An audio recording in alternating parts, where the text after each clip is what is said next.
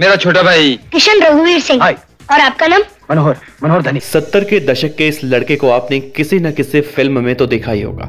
लगभग हर तीसरी फिल्मों में ये बच्चा दिख जाया करता था। राम राम मालिक, सामान उतारो। किशन बहुत ही कम उम्र में इस बच्चे को इतनी शोहरत मिली कि अगर किसी फिल्म में ये ना दिखे तो फिल्म अधूरी लगती थी। लेकिन क्या आपको पता है कि इस मासूम बच्चे के फेस उस दौर के हीरो से ज्यादा हुआ करती थी। तुम उदास नहीं हो ना भाभी? मैं हूं ना तुम्हारे साथ। मैं तुम्हारे साथ खाऊंगा, मैं तुम्हारे साथ खेलूंगा और मैं तुम्हारे साथ सोऊंगा भी। इस बच्चे की लोकप्रियता उस दौर में इतनी ज्यादा थी कि इसके फीस उस दौर के हीरो से भी ज्यादा हुआ करती थी। लेकिन क्या आपको पता है कि बचपन में करीब 100 फिल्मों में काम कर चुके इस बाल कलाकार को कैसे इसके घमंड ने ही बर्बाद कर दिया और आज वो गुमनामी की जिंदगी जीने को मजबूर है।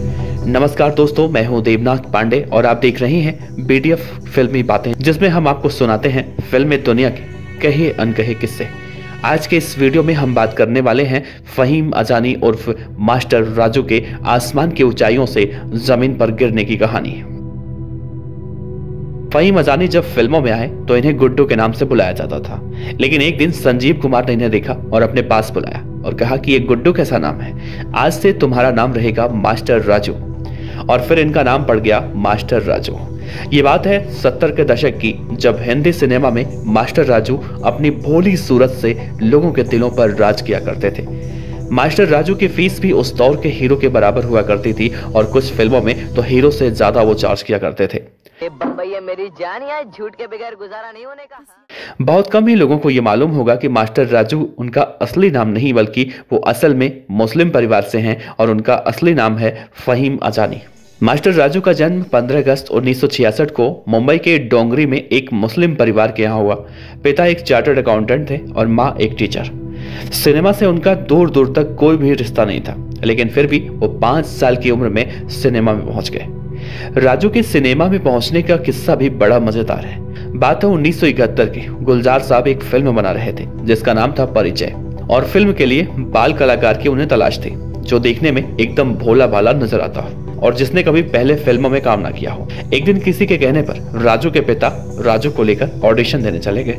वहां पहुंचे तो देखा कि ऑडिशन चल रहा है। कोई बच्चा डायलॉग बोल रहा था तो कोई मिमिक्री कर रहा था, लेकिन मास्टर राजू एक कोने में खड़े थे। अचानक गुलजार साहब की नजर राजू पर पड़ी तो राजू जोर जोर से रोने लगे। पिता को लगा राजू तो पहले ही रोने लगे तो शायद उन्हें निकाल दिया जाएगा, जिसके बाद वो अपने बेटे को लेकर वहां से अपने घर आ गए।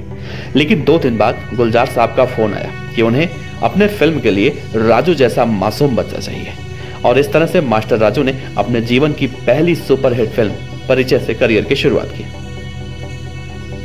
पहली फिल्म में मास्टर राजू के मासूम चेहरे ने लोगों के ऊपर ऐसा जादू कर दिया कि यह फिल्म सुपर डुपर हिट हो गई।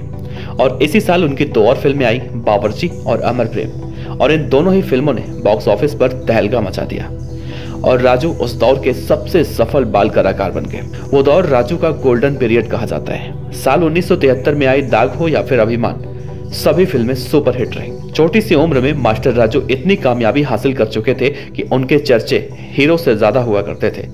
फीस भी बड़े बड़े हीरो के बराबर तक पहुंच गई थी। वो एक दिन में 3 फिल्मों की शूटिंग किया करते थे।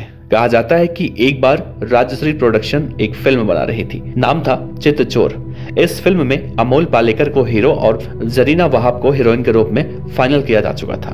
बस उनको जरीना के पड़ोसी के रूप में एक नटखट बच्चे की तलाश थी और प्रोडक्शन टीम को राजू पसंद आ गया। और जब मास्टर राजू से संपर्क किया गया तो राजू की तरफ से भारी भरकम फीस की डिमांड कर दी गई। राजश्री प्रोडक्शन वाले राजू की फीस सुनकर चौंक गए। कहा कि भाई इतना पैसा तो हम अपने हीरो को भी नहीं दिया करते। राजू वो फिल्म नहीं करना चाहते थे, लेकिन डायरेक्टर वासु चटर्जी के समझाने पर राजू ने उस फिल्म में कम फीस पर काम कर लिया। यह फिल्म भी सुपर हिट हो गई और मास्टर राजू को चित्चोर के लिए नेशनल अवार्ड भी दिया गया। दोस्तों, अब आपको बताते हैं मास्टर राजू के आसमान से जमीन पर आने की कहानी। अरे जब किस्मत में ही ऐसा लिखा हो ना। आखिर 100 से ज्यादा फिल्मों में काम कर चुके राजू ने ऐसा क्या किया था कि उनका फिल्मी करियर सत्यानाश हो गया। दरअसल इसके पीछे उनका घमंड ही दुश्मन बना।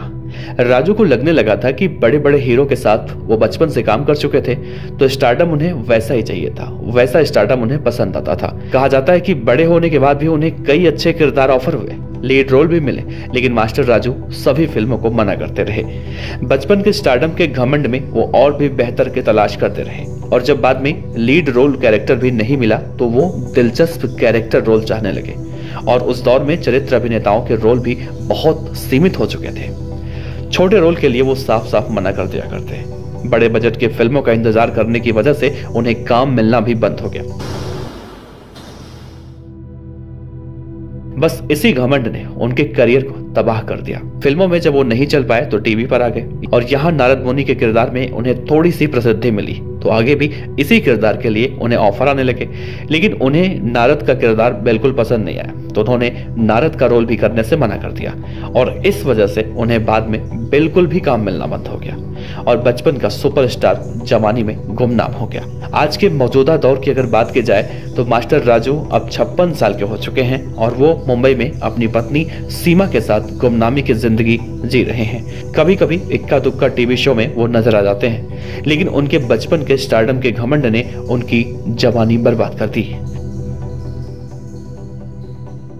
दोस्तों, इस तरह से फिल्मी कहानियां और फिल्मी हस्तियों के बारे में जानने के लिए आप हमारे चैनल को सब्सक्राइब कर लीजिए। आपका बहुत बहुत शुक्रिया, और मास्टर राजू के बारे में अपने विचार जरूर रखिए।